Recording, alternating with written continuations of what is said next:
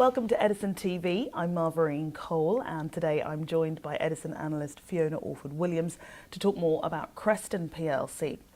Fiona, thanks very much for joining me. So for anyone who doesn't know Creston, just tell us a little bit more about who they are, what they do and where they operate.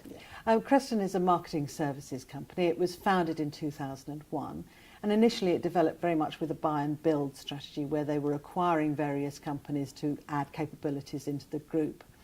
It now consists of three divisions. The largest is the communications division, which is what you would think of as a traditional marketing agency, and that's 55% of group revenues.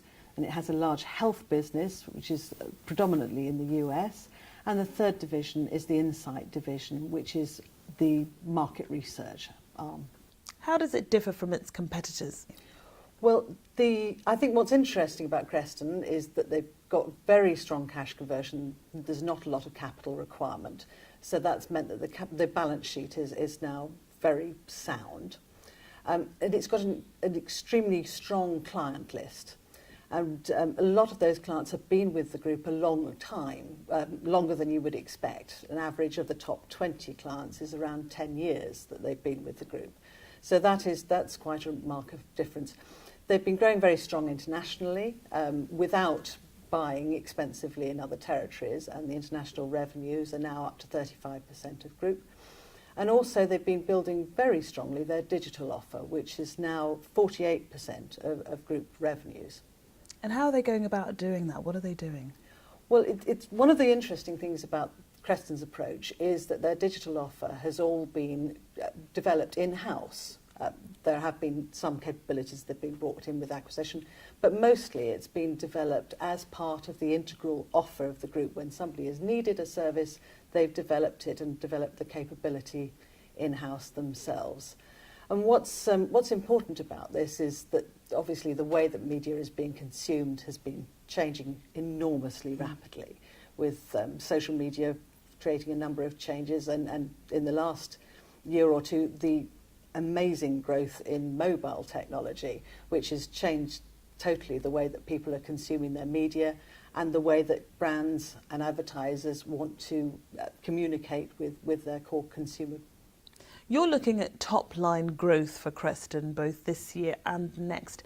So when do you think earnings will start to pick up? Well, the revenue line has not been growing that strongly in the last year or two because of various historic issues with clients. And the loss of the Sanofi account in the last year needs to be replaced. But we're very comfortable that our numbers, which show good growth in this year and next, will be justified. Particularly because of the very good new client wins that have been coming through. And one particularly worth highlighting is the UK Government Procurement Service, which has consolidated its roster down from more than 200 agencies down to a relatively small number. And that could be then a potentially very significant client for Creston going forward. So we've got the top line growing, but what's been happening within the group is that a number of the agencies have been co-locating into a smaller number of larger properties.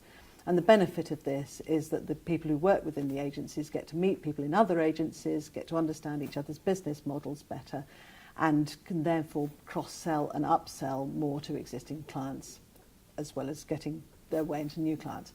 But there's a physical cost of doing this, and the new building that the London agencies are going into, which is the last part of the co-location programme, is considerably bigger than the individual properties that the agencies were in before. In fact, there's about 22% more space, and there's obviously a cost involved in that, which this year we would estimate to be around £800,000, which, although is a large amount of money, we expect it to be recouped by the additional business won. But obviously that has to be offset against the profits in the current year.